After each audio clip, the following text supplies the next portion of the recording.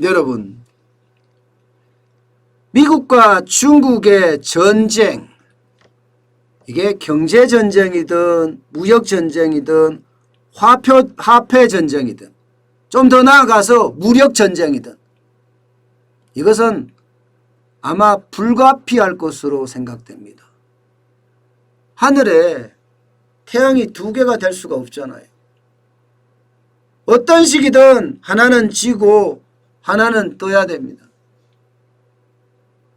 때문에 앞으로 미중 무역 전쟁의 어떤 화폐 전쟁, 기술 전쟁, 실제 무력 전쟁까지 언제든지 부딪힐 수 있는 요소라고 저는 생각을 해요. 이것은 세계 경제에 언제나 터질 수 있는 화약고 이렇게 저는 생각을 하고 있습니다. 그런데 그 속에 말입니다. 미국과 중국의 어떤 충돌 속에서 돈을 벌 수 있는 요소는 널려 있다는 거예요. 너무나 많다는 겁니다. 대만만 보세요. 대만의 반도체 어떻습니까? 미국에 아주 딱 들어붙어 있습니다.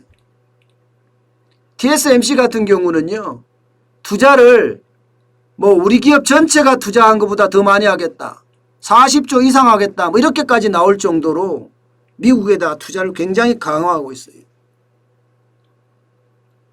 그러다 보니까 만년 중국의 하청 업체들만 즐비했던 대만에 대기업들이 쭉쭉쭉쭉 나오기 시작을 했습니다.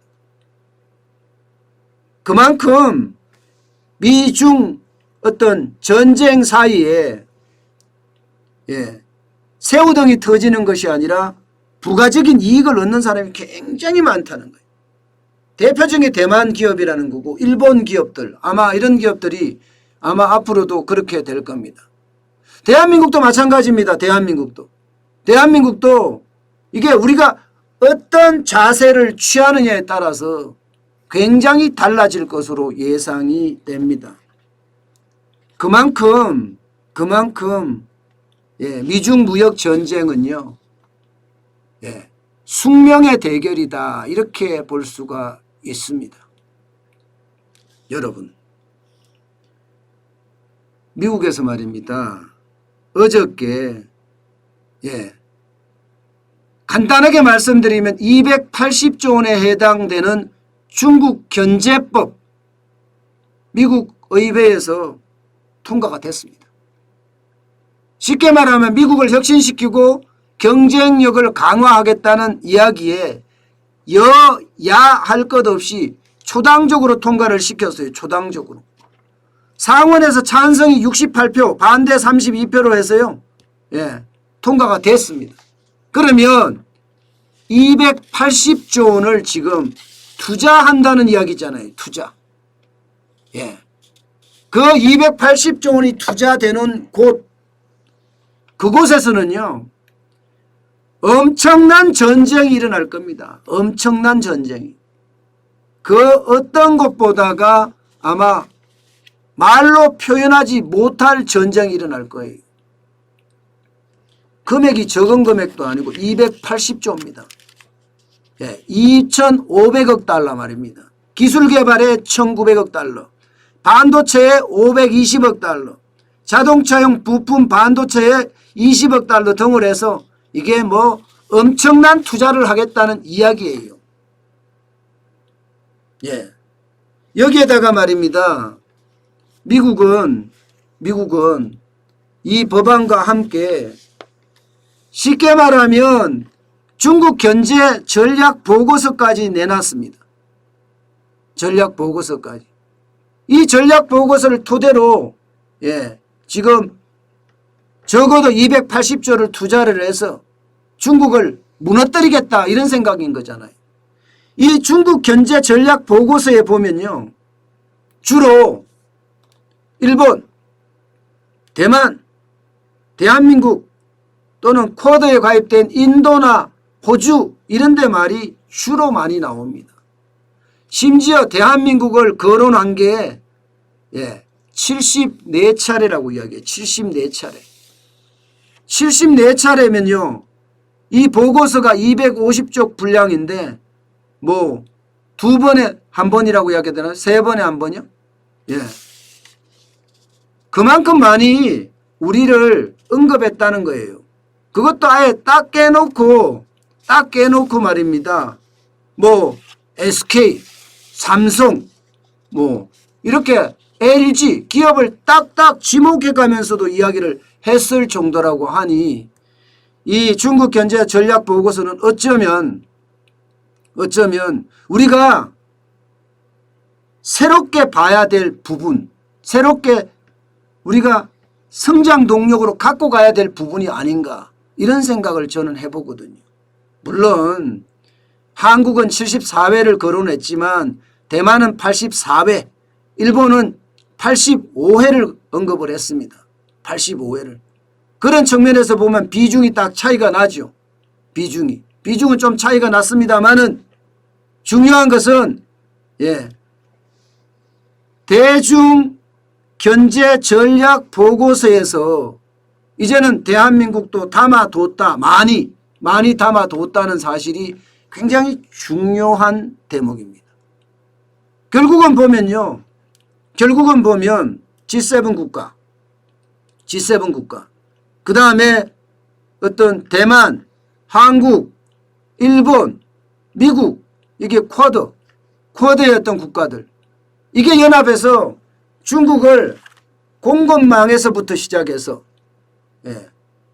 이게 제품을 생산하는 가치사슬이라고 이야기하죠. 이 공급망에서부터 시작을 해서 모든 것을 막자, 견제하자 이런 얘기가 되는 겁니다. 결국은요.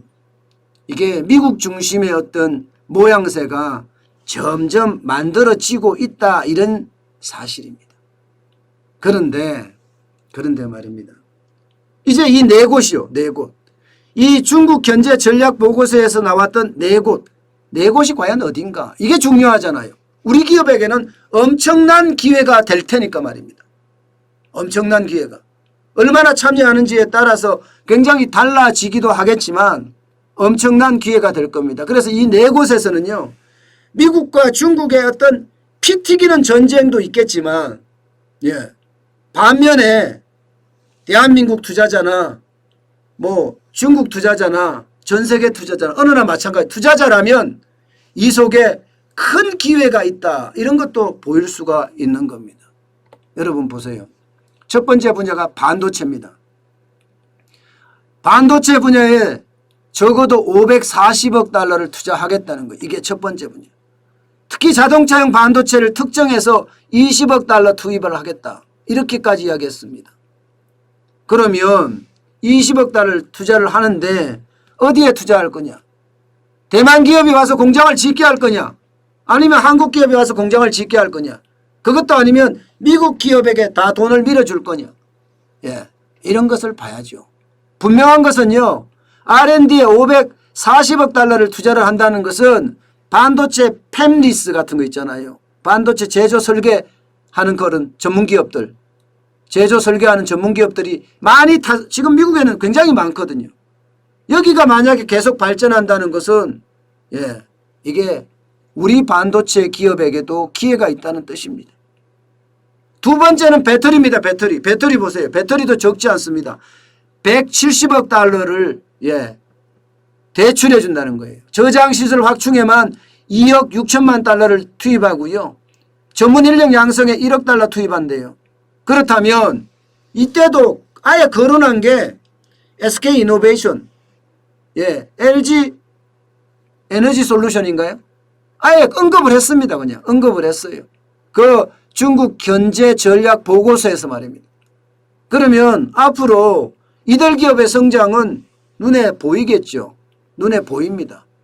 저는 아예 찍었다는 사실 자체가 굉장히 충격적인 일이다. 이렇게 저는 보고 있습니다. 그리고 세 번째 히토류입니다. 히토류가 지금 중국이 거의 독점하다시피 하다 보니까 이 히토류를 어떻게 생산할 건가? 이 고민을 지금 미국은 하고 있거든요. 이거는 1등을 하기 위한 방법이에요. 그러다 보니까 여기에도 대출 예산을 30억 달러를 편성을 해서 국제 투자 프로젝트를 확대한다는 거예요. 필수 광물에 대한 어떤 확보를 더 심각하게 한다는 이야기죠. 그렇게 따지면 이명박 대통령 때 자원 개발한다면서 전 세계에다가 투자해 놓은 거 문재인 대통령 시대에 와서 지금 다 팔아먹고 있죠. 그것도 싸게 팔아먹고 있어요. 그런 걸 보면 전 세계하고는 우리는 역행해 가고 있어요. 그죠? 역행해 가고 있어요. 분명한 것은요. 희토류나 혹은 필수 광물 쪽의 생산을 확대한다. 이것은요. 반대도 됩니다. 필수 광물은 미국에 수출이 가능하게 된다. 이런 얘기도 됩니다. 필수 광물은. 그만큼 우리 입장에서는요. 유리한 고지를 쥐고 있다. 이렇게 볼 수 있고요. 네 번째는 의약품입니다. 의약품도 마찬가지로 지금 핵심 산업으로 해서 미국의 생산력을 확대한다고 합니다. 실제 국방물자법까지 적용을 해서 6천만 달러를 확보해 놓고 여기에다가 투자를 하겠다 이런 얘기입니다. 결국 말입니다. 지금 중국과 계속 부딪히는 이 네 곳이 반도체나 배터리나 여기에 희토류나 필수 광물들, 의약품이나 이런 모든 것에 대해서 이제는 치열하게 경쟁을 할 수밖에 없는 그런 상황으로 갈 수 있다. 미중 무역 전쟁이 결국은 이 네 가지 분야에서 그 어떤 때보다 치열해질 거다. 이거는 만약에 말입니다. 제대로 그 산업에서 자리를 못 잡으면 어느 곳이든지 마찬가지, 미국이 마찬가지고 중국도 마찬가지입니다. 상황이 굉장히 어렵게 되는 그런 사태도 맞을 수 있다 이런 얘기입니다. 저는 여러분께서 투자에 대한 생각이 조금 있다면 말입니다. 지금 미국의 어떤 중국 견제 전략 보고서가 나왔다는 것은요. 앞으로 미국이 어떤 산업을 키우겠다 이런 얘기고요. 반면에 중국 입장에서도 그 산업에 어떻게 하든 세계 시장에 진입을 해야 되겠다. 세계 시장에서 우위를 지켜야 되겠다. 이런 생각을 할 수밖에 없거든요. 경쟁은 발전을 가져옵니다. 그만큼 저는 저 시장 자체가 앞으로 엄청 커지리라고 봅니다. 여러분 혹시라도 투자를 할 생각이라면 바로 이 네 곳을 면밀하게 분석하는 것도 돈 버는 방법 중에 하나가 아닐까 저는 생각을 해봅니다. 미중 무역 전쟁이 났다고 하지만 이런 위기 속에 분명한 기회가 숨어 있다는 뜻입니다.